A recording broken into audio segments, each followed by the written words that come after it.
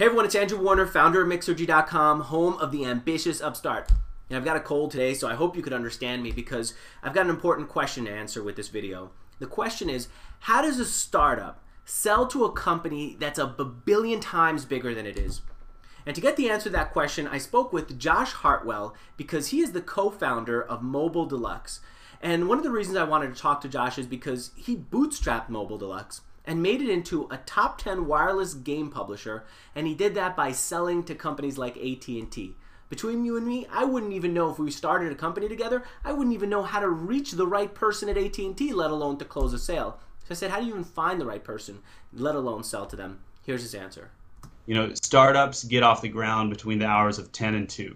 So that's 10 p.m. to 2 a.m. That's where you've done your full day of work, but then, you've got to hit it again, and you've got to do the additional research and find out who these people are, where they are, and how you can contact them. And when you hit the dead end, you can't stop. I mean, that's one of the biggest things. I think that's one of the things that Kelly brought to the table is just, since she was already in sales and software sales, you don't settle for the no. You don't settle for, thanks, we've already got a dozen solitaires on our deck. We really aren't interested in your tiny company.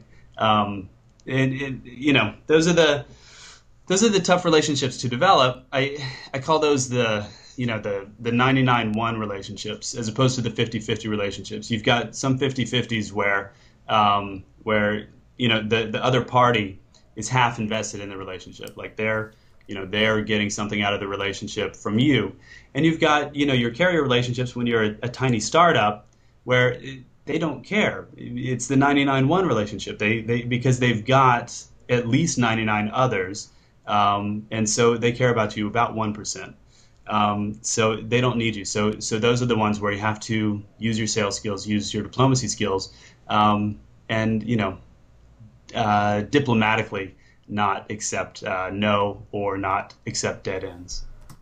And isn't that what you love about entrepreneurship? That in entrepreneurship you say, this is the vision that I have for myself, for my business, for my life, and I'm going to go for it, and I'm not going to accept no. I'm not going to accept no from a customer, from life, from anyone. I'll accept this is a better way to do it, but I'm not accepting no. All right, this is a small clip, a taste from a much bigger program that I hope you'll download. And so to tell you what else is on there, I created this little PowerPoint slide. And if you download this interview, you're going to hear how to get your clients to fund you. You don't have outside funding, your clients will pay you to grow if you listen to what Josh and I talked about. How to look big when you're just a small company, and that's important if you're selling to big companies like AT&T, right? We also talked about how to grow when you have family. You've got other obligations. How do you fit those in with your commitment to your business? So download the interview. You're going to hear all of that and so much more. Before I go, a lot of you have been leaving comments, and thank you for leaving all those comments. Let me ask you a question that I hope you'll answer when you add your comment for me and Josh here on Mixergy. Do you have any tips for selling to big companies? You just heard Josh's tip. I'd like to hear, and I'm sure he would too, we'd both like to hear your tips. How do you sell to bigger companies? From experience, from what you've read, fill us in, teach us, just as Josh has taught us. All right, till next time, I'm Andrew Warner, and I'll see you in the comments.